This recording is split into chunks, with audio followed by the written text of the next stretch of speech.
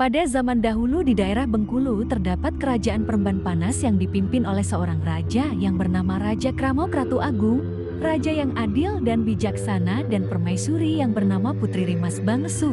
Setelah 6 tahun menikah, pasangan Raja Kramo Kratu Agung dan permaisuri Putri Rimas Bangesu belum juga dikaruniai seorang anak. Khawatir siapa yang akan meneruskan kerajaannya, keputusan tiba. Titah dan perintah Putri Rimas diasingkan jauh ke dalam hutan rimba. Taktanya sebagai permaisuri dicabut agar sang raja dapat menikahi perempuan lain. Putri Rimas tiba di hutan rimba. Masih dalam kesedihan, ia dikejutkan dengan kedatangan seekor harimau dan kera. Putri Rimas kelimpungan karena kedua hewan itu bisa berbicara. Rupanya, harimau dan kera tersebut merupakan utusan para dewata untuk menjaga sang permaisuri yang sedang mengandung. 9 bulan berlalu, Putri Rimas akhirnya melahirkan seorang anak laki-laki. Ia diberi nama Bujang Awang Tabuang dan dibesarkan dengan penuh kasih sayang oleh sang ibu dan kedua teman baiknya, harimau dan kera. Harimau dan kera mengajarkan Bujang berbagai keahlian bela diri. Kera mengajarkan Bujang cara memanjat pohon dengan cepat dan melompat dari satu pohon ke pohon lainnya.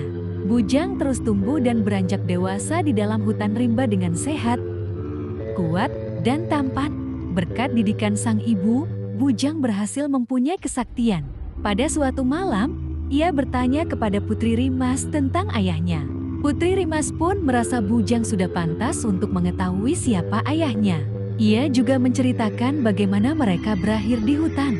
Bujang lantas meminta izin kepada Putri Rimas untuk berkunjung ke istana dan menemui ayahnya. Sang ibu menyetujui dengan satu janji. Ia meminta Bujang untuk berhati-hati dan sebisa mungkin menghindari perkelahian, serta tidak membuat keonaran. Bujang pun menuruti petuah itu. Keesokan paginya, Bujang langsung melangkah meninggalkan hutan rimba. Begitu sampai di depan istana, Bujang langsung melangkah masuk ke dalam istana dan melewati deretan pengawal gerbang. Melihat aksinya itu, para pengawal bergegas menghampiri dan menghentikannya. Bujang menyatakan kehendaknya untuk bertemu sang pemimpin, yakni Raja Kramo. Tentu saja, kedua pengawal gerbang tak mengizinkannya. Namun, Bujang tetap memaksa, hingga perkelahian antara Bujang dan pengawal gerbang istana pun tak dapat dihindarkan. Seorang diri, Bujang mampu menghadapi para prajurit ini seorang dengan gagah berani.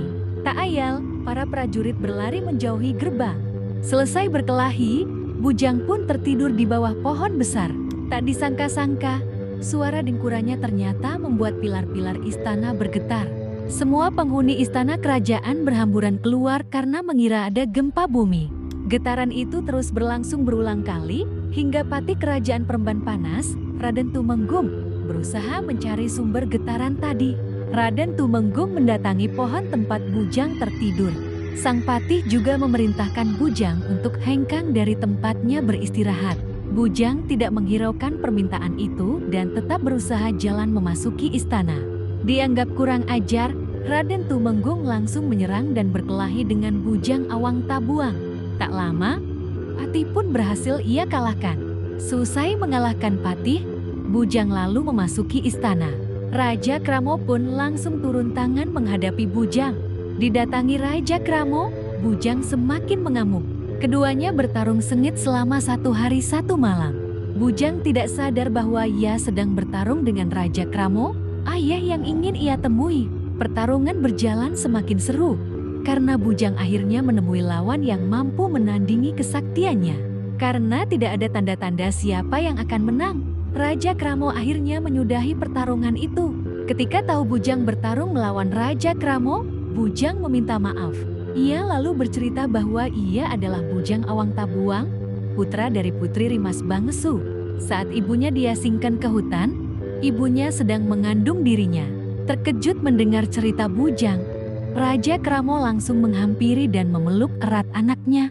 Sang raja meminta maaf sudah mengasingkan ibunya, Putri Rimas Bangesu.